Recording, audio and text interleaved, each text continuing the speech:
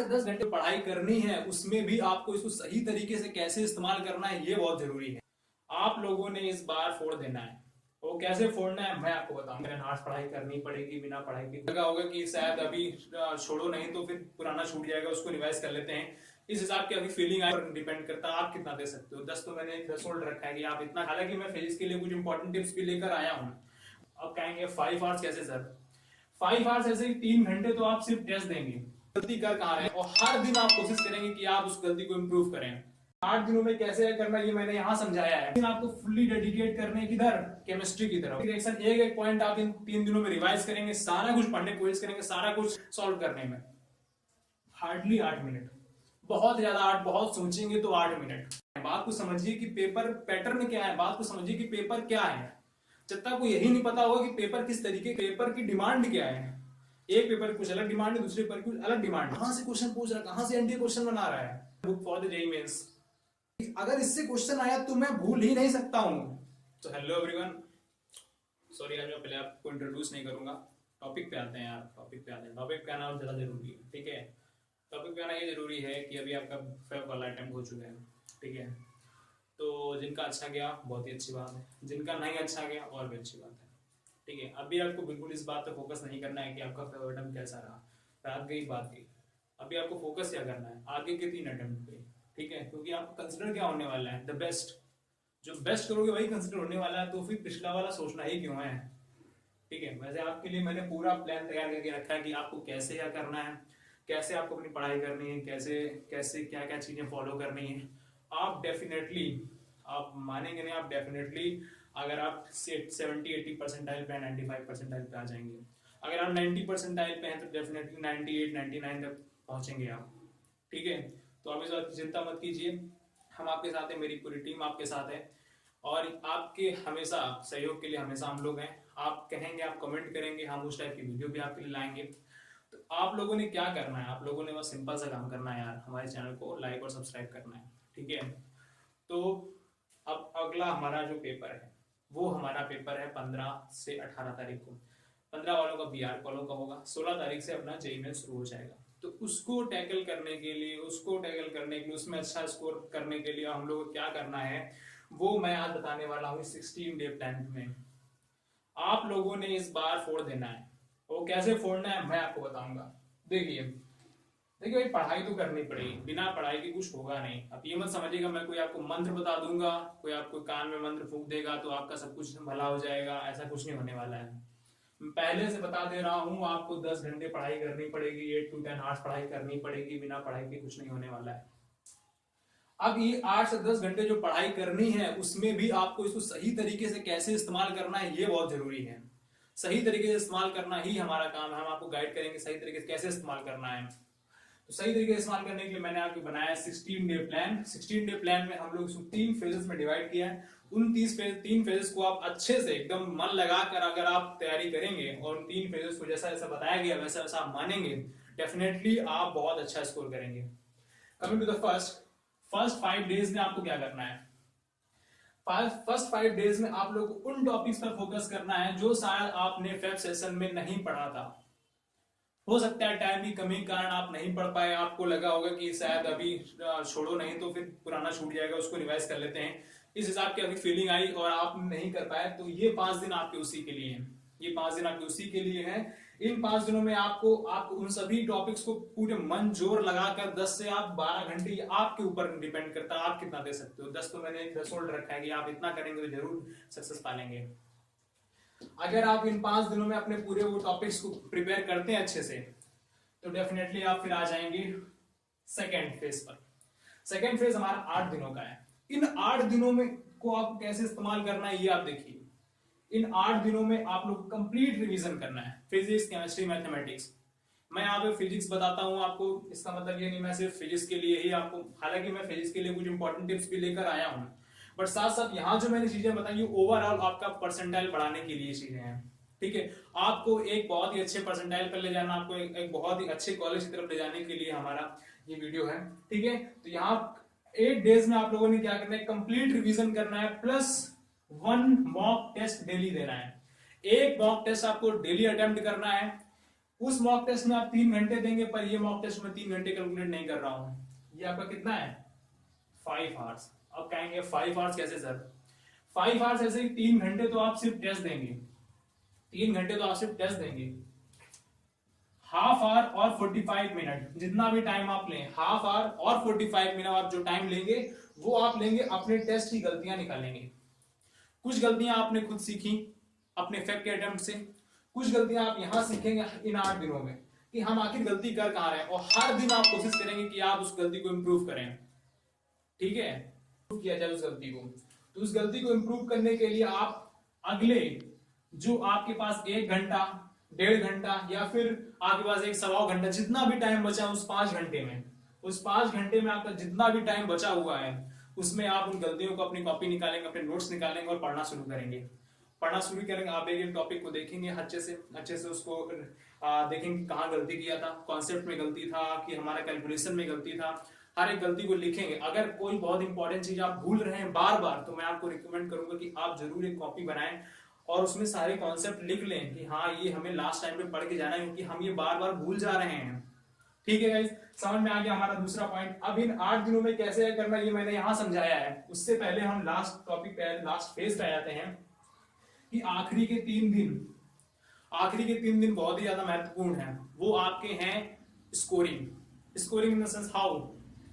Scoring इस तरीके से है कि ये 3 दिन आपको फुल्ली डेडिकेट करने किधर, केमिस्ट्री की तरफ। कहां, ऑर्गेनिक प्लस इनऑर्गेनिक। फिजिकल तो आपने इन 8 दिनों में रिवाइज करनी है, प्रैक्टिस करनी है रोज, पर इनऑर्गेनिक और ऑर्गेनिक के लिए आप पहले से तो पढ़ेंगे ही, पर इन 3 दिनों में फुल्ली डेडिकेटेड रहेंगे आप इनऑर्गेनिक और ऑर्गेनिक के लिए। एनसीईआरटी का आपको एक एक रिएक्शन, एक एक पॉइंट याद होना चाहिए। समझ रहे हैं आप बात को? एक एक रिएक्शन, एक एक पॉइंट आप इन 3 दिनों में रिवाइज करेंगे, सारा कुछ पढ़ने की कोशिश करेंगे, सारा कुछ कवर करने की कोशिश करेंगे, क्योंकि आपको भी पता होगा, आपने एफएफ का अटेम्प्ट दिया है अगर, आपको भी पता होगा कि कितना महत्वपूर्ण होता है इनऑर्गेनिक। अब मान लीजिए आपका 10 क्वेश्चन आया, मान लीजिए कम से कम मान लीजिए आपका 8 क्वेश्चन आया, 8 क्वेश्चन आया, अगर 8 क्वेश्चन आपको आता हुआ ना, यही 8 क्वेश्चन अगर आपको आते होते इनऑर्गेनिक के, तो आपको कितना समय लगता है क्लियर करने में इसको, कितना समय लगता है आपको इसको सॉल्व करने में? हार्डली 8 मिनट, बहुत ज्यादा 8, बहुत सोचेंगे तो 8 मिनट आपको आता होगा, बहुत सोचेंगे तो आपको सिर्फ 8 मिनट लगना है। ये 8 मिनट आपके 8 क्वेश्चन के 8 into 4 32 मार्क्स लेकर आ जा रहा है। अगर मान ली 150 ला रहे थे, 182 पहुंच गए। 182 का मतलब समझते हैं आप? 98, 99 बहुत होता है। बात को समझिए, आप गलती कहां कर रहे हैं, बात को समझिए कि पेपर पैटर्न क्या है, बात को समझिए कि पेपर क्या है। जब तक आपको यही नहीं पता होगा कि पेपर किस तरीके का है, आप तैयारी कैसे कर पा रहे हैं भाई? ये पता होना चाहिए कि पेपर की डिमांड क्या है। एक पेपर की कुछ अलग डिमांड है, दूसरे पेपर की कुछ अलग डिमांड है। ठीक है, बोर्ड के पेपर देने आते हैं तो वहां आपको न्यूमेरिकल नहीं पूछा जाता, वहां थ्योरम्स पूछी जाती है, तो वहां थ्योरम जरूरी है। वहां अगर न्यूमेरिकल ज्यादा करके जाएंगे तो बहुत कम नंबर आएंगे। वहीं यहाँ पर भी आपको देखना पड़ेगा कि क्या इंपॉर्टेंट है, कहां से क्वेश्चन पूछ रहा है, कहां से एनडीए क्वेश्चन बना रहा है। ये जरूरी है, ये जानना जरूरी है, ये समझना जरूरी है। ठीक है, तो आपने इन आखिरी के 3 दिन इनऑर्गेनिक प्लस ऑर्गेनिक को अच्छे से रिवाइज कर लेना है from the NCERT, no other book for the JEE mains, no other book for the JEE mains. अब बात आती है कि कुछ एवरग्रीन टॉपिक्स मैंने यहाँ लिखे हुए हैं मेंस के लिहाज से for the physics. Here it is fully dedicated for the physics. आपको क्या करना है, कुछ एवरग्रीन टॉपिक्स ऐसे हैं, अगर आपको कुछ नहीं समझ में आ रहा है तो आप क्या करिए, इन टॉपिक्स को पहले प्रिपेयर कर लीजिए। आपका कॉन्फिडेंस इतना बूस्ट हो जाएगा कि आप खुद ही जानेंगे, आप जब पेपर अटेम्प्ट करेंगे, जब मॉक टेस्ट देंगे, तो आपको खुद ही अपने आप में एक बदलाव महसूस होगा। आपने सबसे पहले क्या करना है, एरर, स्क्यू, वर्नियर कैलिपर, छोटे-छोटे टॉपिक्स जो है ना, डायमेंशन मैंने इंक्लूड किया है। इन छोटे टॉपिक को बढ़िया से रिवाइज कर लेना कि अगर इससे क्वेश्चन आया तो मैं भूल ही नहीं सकता हूं, कैसे भी हुआ मैं इससे नहीं भूलूंगा। बाकी बात आती है सेमीकंडक्टर्स की, सेमीकंडक्टर्स भी आपने अच्छे से कर लेना है। सेमीकंडक्टर्स में अगर पूरा नहीं कर पा रहे तो कोई बात नहीं, आपने क्या करना है, जेनर डायोड जैसे इंपॉर्टेंट चीजें, ट्रांजिस्टर आप कुछ नहीं पढ़े तो सिर्फ उसको देख लीजिए, कैसा एम्प्लीफिकेशन का जो फॉर्मूला होता है, ठीक है, वो कैसे कैसे चेंज हो रहा है वो आप देख लीजिए, एक बार फॉर्मूले पढ़ लीजिए, क्योंकि जेईई मेंस में फॉर्मूले से ऊपर नहीं आता, वो बहुत ज्यादा डीप में नहीं जाते, एडवांस तरीके। फॉर्मूला आता होगा, जरा सा भी थोड़ा भी कंसेप्ट याद आया ना, तुरंत आप बिल्कुल पूरा क्वेश्चन आपका हो गया, 2-3 लाइन और क्वेश्चन खत्म।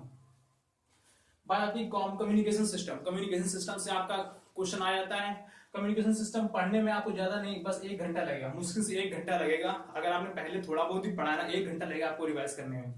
1 घंटा लगेगा, क्वेश्चन आया तो वहां 4 नंबर मिलेगा, और 4 नंबर बहुत होते हैं। ठीक है, क्योंकि हमारा जेई मेंस वैरायटी कवर करता है, बहुत सारा सिलेबस है हमारा जेई मेंस का, बहुत सारा। जे एडवांस नहीं, कुछ स्पेसिफिक है। जेई मेंस में बहुत सारा सिलेबस, वो डीप नहीं जाते हैं पर बहुत कुछ कवर कर लेते हैं। ठीक है, तो आपको पता नहीं होगा कब कम्युनिकेशन सिस्टम से पूछ दिया, तो ये आपने कवर कर लेना है। इंस्ट्रूमेंट्स, मैं हमेशा कहता हूँ इंस्ट्रूमेंट्स बहुत ज्यादा इंपॉर्टेंट होते हैं। इंस्ट्रूमेंट इंपॉर्टेंट इस लिहाज से होते हैं कि जेई में जब एनटीए चालू किया था तो वो भी बोला था कि हम पेपर को प्रैक्टिकल बेस्ड बनाना चाहते हैं, ज्यादा स्टूडेंट की थिंकिंग पर फोकस होना चाहते हैं, कि स्टूडेंट को थिंकिंग बेस्ड क्वेश्चन बनाना चाहते हैं। तो वो शुरुआत में तो प्रैक्टिकल बेस्ड इस साल कम देखने को मिला है, जैसा कि मैंने 1-2 पेपर देखा है उसमें तो कम देखने को मिला है। जैसे galvanometer, volt meter, meter, potentiometer, gauge, vernier caliper, microscope, telescope, ऐसे छोटे छोटे जो इंस्ट्रूमेंट्स होते हैं ना हमारे, जितना भी आपने फिजिक्स से पढ़ा है वो सब बहुत इंपॉर्टेंट है, उससे क्वेश्चन जरूर से जरूर आता है। जरूर इसको पढ़ जाइएगा, मैं आपको बार बार कह रहा हूँ जरूर इसको पढ़ जाइएगा, नहीं तो आप मार्क्स खो देंगे। मैं नहीं चाहता हूँ आप जरा भी मार्क्स खोएं, मैं चाहता हूँ कि आप एक एक समय का एक एक चीज का यूटिलाइज करें, क्योंकि यहाँ सब कुछ रिलेटिव है, हर एक चीज रिलेटिव है।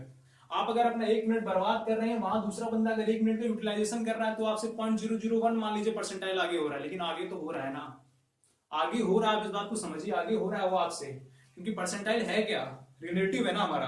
तो उस रिलेटिव चीज को समझिए आपको, कि आपको उन सबसे बेहतर करना है। ठीक है, तो आप ना समय गवाएंगे, ना आप ये गवाएंगे कि हमें क्या करना है। ठीक है, आप लोगों को एक बढ़िया प्लान तैयार करके मैंने दिया है, उसको आप फॉलो करिए, आप बेहतर करेंगे। फिर बात आती है कि आपको, कई लोगों को लगता होगा कि रोटेशन बहुत कठिन टॉपिक है, नहीं हो पाता है सर, टॉर्क वॉर्क लगा देते हैं, फिर वो पुली घुमा दिया, ये कर दिया, वो कर दिया, है ना, तो बहुत कठिन कर देते हैं। अगर आपको रोटेशन में कुछ नहीं आता है तो सिर्फ 2 चीज पढ़ लीजिए, मोमेंट ऑफ इनर्शिया और सेंटर ऑफ मास। सिर्फ 2 टॉपिक आपके पूरे रोटेशन में कम से कम 60% कंसिस्ट करते हैं जेईई मेंस।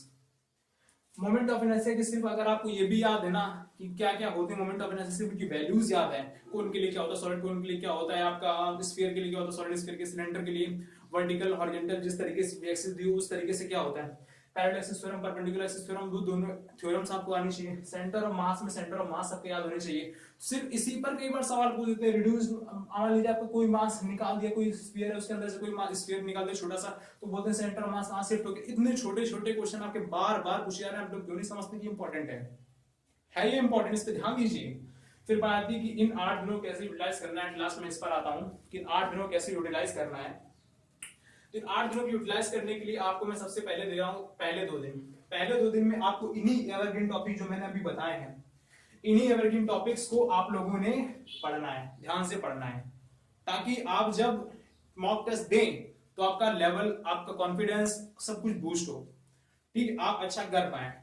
ठीक है, जैसे जैसे आपका कॉन्फिडेंस बूस्ट होगा तैसे तैसे आप में हिम्मत आएगी और पढ़ने में मन लगेगा। अभी बात आती है कि अगले दो दिनों में आपको इलेक्ट्रोमैग्नेटिज्म और ईएमआई कवर करना है। अगले 1 दिन में आपको कवर करना है mechanics till rotation, fluid mechanics इसमें कंसीडर नहीं कर रहा हूं मैं। फिर अगले 1 दिन में आपको फ्लूइड मैकेनिक्स प्लस वेव, ये 2 चीजें करनी है। फिर अगले 2 दिनों में जो आपको 2 दिन बचेगा उसमें optics plus modern physics, this is for the physics only. और फिजिक्स के लिए जो सबसे बेहतरीन प्लान हो सकता था वो मैंने आपको दिया है। ठीक है, अगला वीडियो हमारा इस पर होगा कि अगर आपको सच में जेईई मेंस देना, जेईई एडवांस देना, इसमें पहले अंतर समझ में आना चाहिए आपको कि जेईई आईआईटी की तैयारी और एनआईटी की तैयारी में फर्क है, क्या फर्क है, कैसे होगा, सब कुछ ये सब मैं आपको अगली वीडियो में बताऊंगा। आई होप अगर आप लोगों को वीडियो समझ में आई हो, अच्छा लगा हो, मेरा बताना, मेरा तरीका, मेरा पूरा वीडियो कंटेंट अगर अच्छा लगा हो आपको, इससे मैटर नहीं करता है कि आप हर चीज डिजिटल बोर्ड में ही पढ़ें। ठीक है, आपको सही तरीका जो बता रहा है उसके पीछे आप जाइए, उसको फॉलो करिए, आप जरूर सक्सेस पा लेंगे। तो आई होप आप लोगों को वीडियो पसंद आई होगी। वीडियो पसंद आया तो लाइक करना, सब्सक्राइब करना और जुड़े रहना। जय हिंद।